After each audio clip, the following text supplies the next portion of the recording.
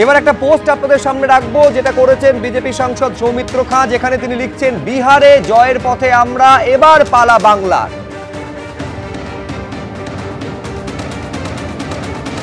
সৌমিত্র খাঁ তিনি পোস্ট করেছেন, বিহারে এনডিএর প্রত্যাবর্তনের মধ্যে হুঙ্কার ছাড়ছেন সৌমিত্র খাঁ, লিখছেন, বিহারে জয়ের পথে আমরা, এবার পালা বাংলার।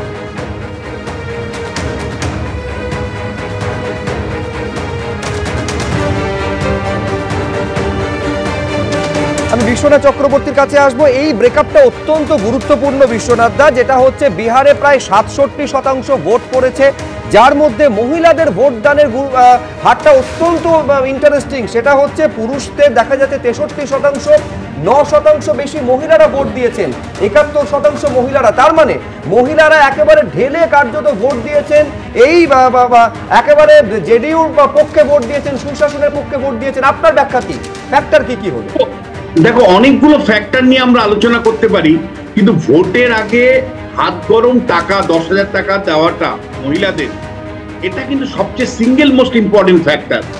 আমি মনে করি যে এই যে নীতিশ কুমার নির্বাচনের জাস্ট ঘোষণার কিছুদিন আগেই তিনি 10,000 টাকা করে মহিলাকে দেওয়ার কথা ঘোষণা করলেন এবং টাকা দেওয়া শুরু করলেন, এইটা কিন্তু আমি বলছি শুধুমাত্র ওই মহিলাকে নয়, তার মহিলাকে কেন্দ্র করে যে তার পরিবারের সদস্য তাদেরকেও প্রভাবিত করেছে, যার জন্য একটা ল্যান্ডস্লাইড ভিক্টরি তুমি 2006-এর পর তুমি পাচ্ছ। দেখো, এই নির্বাচনে তুমি যদি লক্ষ্য করো, তাহলে এনডিএর যে জয়টা, সেটা কিন্তু এনডিএর মানে যে ভাবনা চিন্তা, তার বাইরে গিয়েও যে কোনো এক্সিট পোলও মেলাতে পারেনি। এবং আমরা দেখেছিলাম যে 2006 সালে 115টা আসন পেয়েছিল এনডিএর তরফ থেকে নীতিশ কুমার, আর বিজেপি পেয়েছিল 91টা সিট। সেই রেকর্ডকে 2010-এর কথা বলছেন আপনি? 2010-এর কথা বলছি। ফলে সেই রেকর্ডের কাছাকাছি পৌঁছে গেছে এই মুহূর্তে এনডিএর জন্য।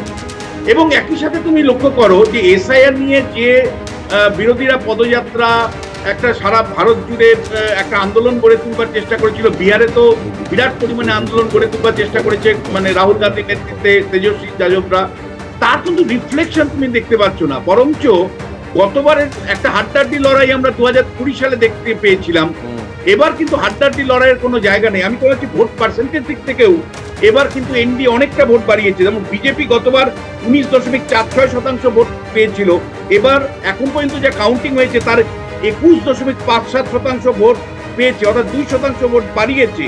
জেডিইউ গতবার পেয়েছিল 15.39% ভোট, এবার সেটা তারা বাড়িয়ে প্রায় 3.5% মতন ভোট বাড়িয়েছে, 18.79% ভোট বাড়িয়েছে। উল্টো দিকে কংগ্রেসের ভোট কমেছে 1.5% মতন। আবার মানে তোমার গিয়ে অন্যান্য জোট সঙ্গীগুলো যারা আছে মহাগঠবন্ধনের, তাদেরও কিছুটা ভোট কমেছে। যদিও আরজেডির আসন ভীষণভাবে কমলেও ভোট পার্সেন্টেজ যে খুব একটা কমেছে তা নয়, প্রায় 23% গতবার ভোট পেয়েছিল, এবারও প্রায় একই ধরনের ভোট ধরে রেখেছে। কিন্তু আসন মানে গতবার 23% ভোট পেয়ে যে বিপুল জয় পেয়েছিল 75টা আসনে, এবার কিন্তু সেই আসন তারা ধরে রাখতে পারেনি। আমরা বারবার যেটা বলি যে ভোট শেয়ারের সাথে সিট শেয়ার সবসময় মেলে না, তার অনেকগুলো অঙ্ক থাকে, অনেকগুলো কম্বিনেশন থাকে। ফলে আরজেডি তার ভোট ব্যাংক অনেকটা ধরে রাখতে পারলেও বা একই রকম ভোট ব্যাংক ধরে রাখতে পারলেও গতবারের ধারের কাছে আসন কিন্তু তারা এবার পাচ্ছে না বলেই মনে হচ্ছে। এবং দ্বিতীয় যে বিষয়টা, যে এই যে জঙ্গল রাজের যে পারসেপশনটা, বারবার এই প্রশ্নটা বিরোধীরা তুলে ধরেছে, মানে তোমার গিয়ে এনডিএ জোট তুলে ধরেছে যে 15 বছরের লালু প্রসাদ যাদবের যে শাসনকাল, সেখানে কি ধরনের জঙ্গলরাজ ছিল, সেই জঙ্গলরাজকে বারবার তারা তুলে ধরবার চেষ্টা করেছে, ভোটারদেরকে পৌঁছে দেবার চেষ্টা করেছে, এবং ভোটারদের সাইকিতে বা মনের মধ্যে কিন্তু ওই 15 বছরের টাটকা অভিজ্ঞতা কিন্তু আছে। ফলে সেটাও কিন্তু আমি মনে করি একটা বড় ধরনের সেটব্যাক। এবার যেটা আরেকটা বিষয়, যেটা হলো জনসুরাজ পার্টি। আমি যেটা বলছিলাম, যেটা গতবার আরজেডি পেয়েছিল, এবারে একেবারে দেখা যাচ্ছে তার অর্ধেকে নেমে এসেছে। আমি এখানে একবার দেখাতে যাব জগদম্बिका পাল, তিনি কি বলছেন। साफ है कि महागठबंधन का बिहार की जनता ने सूपड़ा साफ कर दिया, और ये चुनाव इस बार जिस तरीके से बीजेपी और एनडीए गठबंधन के खिलाफ इनका जो एनडीए या महागठबंधन लड़ रहा था, उसके तीनों नेता तरह से बंसबात के पोस्टर बॉय थे, चाहे राहुल गांधी हों, चाहे तेजस्वी यादव हों, चाहे अखिलेश यादव हों। तो ये चुनाव एक तरह से बिहार में जो मोदी जी उठाते थे कि ये देश प्रजातंत्र में जनता के या लोगों के सरबराह के लोग या बंसबात से चलेगा। जिस तेजस्वी को महागठबंधन का नेतृत्व दिया था राहुल गांधी ने या अखिलेश ने, वो बात शिक्षा की करते थे, खुद कोई उनके पास डिग्री नहीं लगता था। आप कभी भी चुनाव, बिहार का चुनाव लग रहा था कि जैसे पूरा परिवार ही तेजस्वी का लड़ रहा है। ये चुनाव में केवल महागठबंधन को लोगों ने केवल नकारने का काम नहीं किया है, उन्होंने वंशवाद के खिलाफ भी मुहर लगाई है। একেবারে মহাজোটকে কার্যত অস্বীকার করেছে বিহারের মানুষ, এইটা ফল থেকে মোটামুটি পরিষ্কার। এবার কংগ্রেসের প্রতিক্রিয়া রাখবো, অশোক গেহলট কি বলছেন দেখুন। कैंपेन चल रहा है, पोलिंग होने के एक दिन पहले से पैसे जा रहे खाते में उनके। और रास्ता में देखिए आप, रास्ते में हम टेलीफोन बांट रहे थे, मोबाइल फोन बांट रहे थे। जिस दिन आचार संहिता लागू हुई उसी वक्त मोबाइल फ़ोन बटना बंद, बल्कि जो पेंशन थी बुजुर्गों की, विधवाओं की, निसज्जनों की, बंद, बांट नहीं सकते आप। और बिहार में सब बढ़ रहे थे, पेंशन बढ़ रही थी, पैसा बढ़ रहा था। 10,000 रुपये बिहार जैसे प्रदेश में महिलाओं को मिल जाए तो आप सोचते तो क्या हो सकता है। एक तो वो फैक्टर भी था, और उसी में आता फिर इलेक्शन कमीशन मुख दर्शक बना रहा। उससे क्यों नहीं रोका?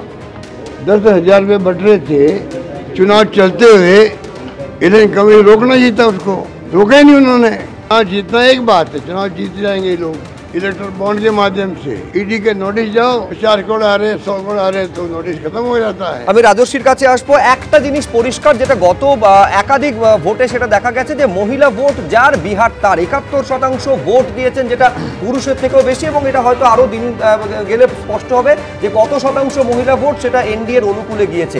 আমি বলছি তোমরা প্রচার করছো ঠিকই যে বিহার हमारी है, अगली बार बंगाल की बारी है, কিন্তু বাংলায় তো দেখা যাচ্ছে মহিলা ভোট বেশিরভাগ তৃণমূলের পক্ষে। সেখানে কতটা তোমরা থাবা বসাতে পারবে? পশ্চিমবঙ্গে ভারতীয় জনতা পার্টি যে 40% ভোটটা পেয়েছে সেটা তাহলে কার পেয়েছে? আর পশ্চিমবঙ্গের কেন মনে হচ্ছে যে সব মহিলারা মমতা বন্দ্যোপাধ্যায়ের সঙ্গে থাকবেন? যে পশ্চিমবঙ্গে মা কাকিমাদের ছোট্ট ছোট্ট বাচ্চাদের, শিশুদের মিড ডে মিলে সাপ, ব্যাঙ, টিকটিকি, ইঁদুর, আরশোলা খাওয়ানো হয়। সায়নী ঘোষ বড় বড় লেকচারবাজি মেরেছিল, মমতা ব্যানার্জি ফল খাওয়াবে, মাংস খাওয়াবে করে সাপ, ব্যাঙ, টিকটিকি খাওয়াচ্ছে। যেখানে দাঁড়িয়ে একটা শিশু হাসপাতালে চিকিৎসা করাতে গেলে তার রক্ত পাচ্ছে না, তার শরীরে জালি স্যালাইন ঢোকানো হচ্ছে, মানুষ মারা যাচ্ছে। এমপি জালি ভ্যাকসিন শরীর নিচ্ছে এই কসবায়, তৃণমূলের ক্যাম্পে, ভ্যাকসিনের ক্যাম্পে। এগুলো তো মানুষ দেখতে পাচ্ছে। ঠিক বিহারের শাসক দল যেভাবে একের পর এক সামাজিক প্রকল্প মহিলাদের উদ্দেশ্যে করে, এই রাজ্যের শাসক দলও তো তাই করে, যে কারণে তারা বারে বারে ভোটে যেতে, সবাই বলবেন যে একইভাবে তৃণমূল রাজ্যে ভোটে যেতে। সামাজিক প্রকল্প ঘোষণা করা, সেটাকে ইমপ্লিমেন্ট করা। আপনি দেখুন না, লক্ষ্মীর ভাণ্ডার 3 মাস ধরে পাচ্ছে না। পশ্চিমবঙ্গের জায়গায় জায়গায় মহিলা তো আন্দোলন করতে রাস্তায় নেমে পড়ছে, 3 মাস হলো লক্ষ্মীর ভাণ্ডার পাচ্ছে না। টাকা কোথার থেকে দেবে? মমতার কাছে টাকা আছে নাকি? লালু যাদবের জঙ্গল রাজের কথা আপনি বলছিলেন।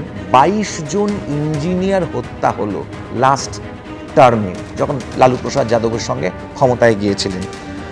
রাবড়ি দেবীর 2 ভাই, অত্যাচারের চরম সীমা, লোকের দোকান খুলে রাখতে পারতো না, সোনার দোকান, ইলেকট্রনিক্সের দোকান, যার যেটা ইচ্ছে করছে তুলে নিয়ে চলে যাচ্ছে। মিস পাটনা, শিল্পী না কি নাম ছিল তার, সেই হত্যা। এই দিনের পর দিন ঘটনা। গামছা দিয়ে গামছা ফেলে ট্রেন আটকে দিল, লুট করে নিয়ে বেরিয়ে চলে গেল।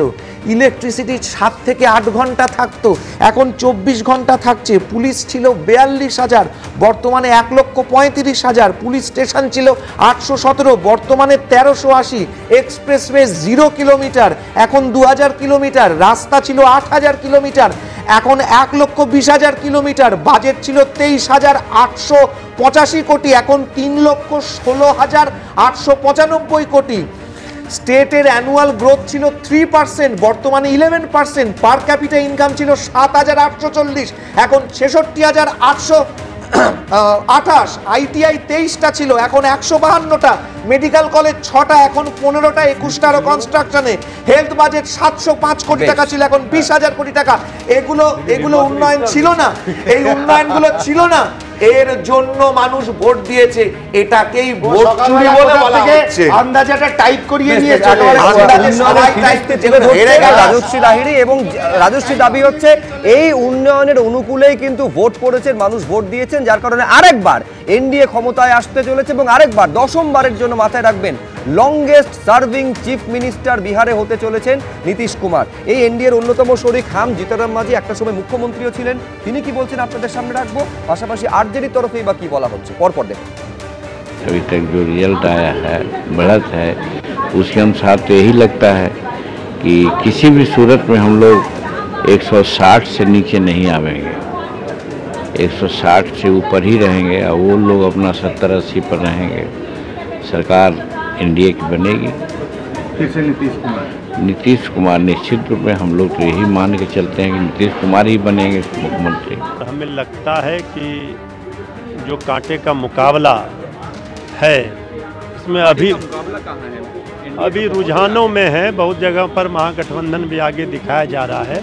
तो हमें यकीन और विश्वास, पूरा भरोसा है कि परिणाम महागठबंधन के पक्ष में आएंगे। अभी और इंतज़ार कर लेते हैं 1-2 घंटे के बाद, तब ये सारे सवालों का जवाब देंगे। अभी भी भरोसा है, उम्मीद है कि महागठबंधन सरकार बनेगी।